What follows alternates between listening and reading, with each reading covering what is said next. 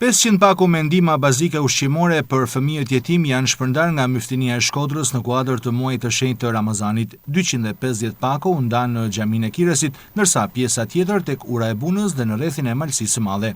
Myftinia e Shkodrës në bashkëpunim me shoqatën e Kuvajtit, e cila ka si donator dhe shtëpinë e zakatit e Kuvajtit, kanë pru një kontingjent ndihmash prej 500 pakosh, të cilët do të shpërndahen në disa pika të xhamive të qytetit.